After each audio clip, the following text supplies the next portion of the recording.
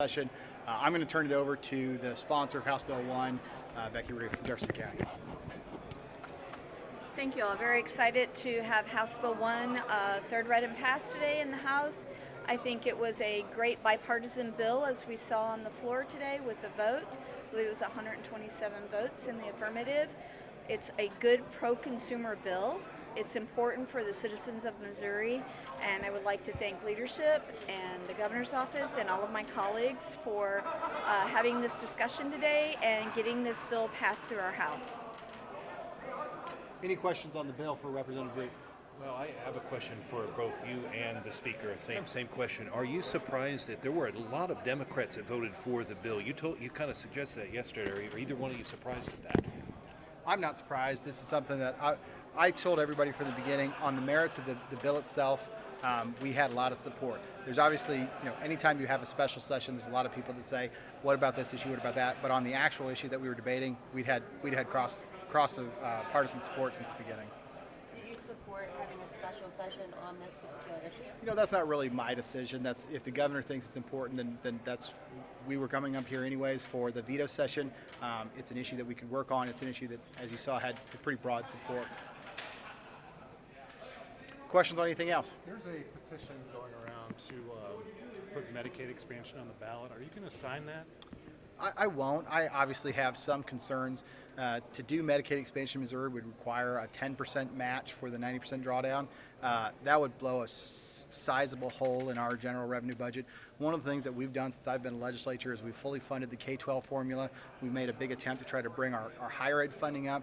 Those two areas would have an incredible hit if we were to have to cut several $100 million out of the budget and fund that. And so I have a lot of budgetary concerns about that, and so I won't sign the petition. Yesterday, Democrats said that they were going to hold their own meeting for the drop in Medicaid rolls. They said that you had denied their request for legislative hearings. Do you have a comment? Sure. We have had numerous updates with Director Richardson. I know the Democrats have also had numerous updates with Director Richardson. They just met with him, I believe, 2 weeks ago.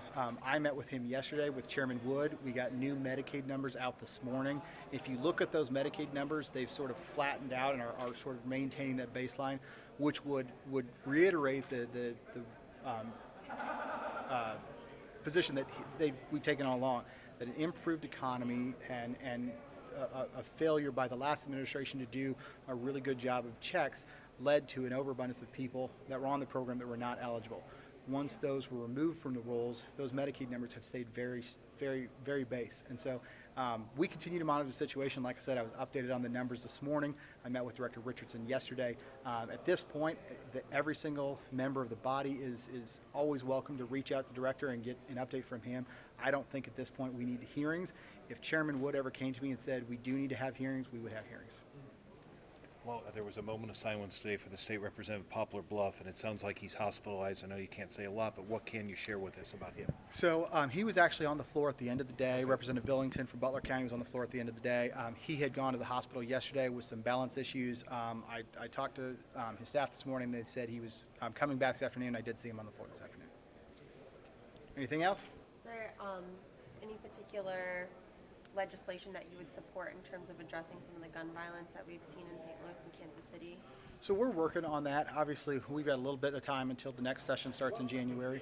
So we're doing some research on looking at what other large cities across the country have done in order to combat increases in crime. And the interesting thing about this is if you look over the past 20 years nationally, violent crime rates have decreased by about 50%. The outliers on that are St. Louis and Baltimore. Those cities have had a significant increase in violent crime. So we're trying to look around the country at what other large cities and states have done to address those things. We would like to have some sort of a legislative proposal prepared to go in January, but right now we're just in the process of researching. When you say we, what kind of players are involved in that? I've got a few members of the majority caucus that I've asked to just do some research to essentially drill down into these issues, and just said, once you have some good ideas, come back and let's talk about them as a caucus and figure out what we think would work and what we can propose before session starts in January. Thanks, everybody.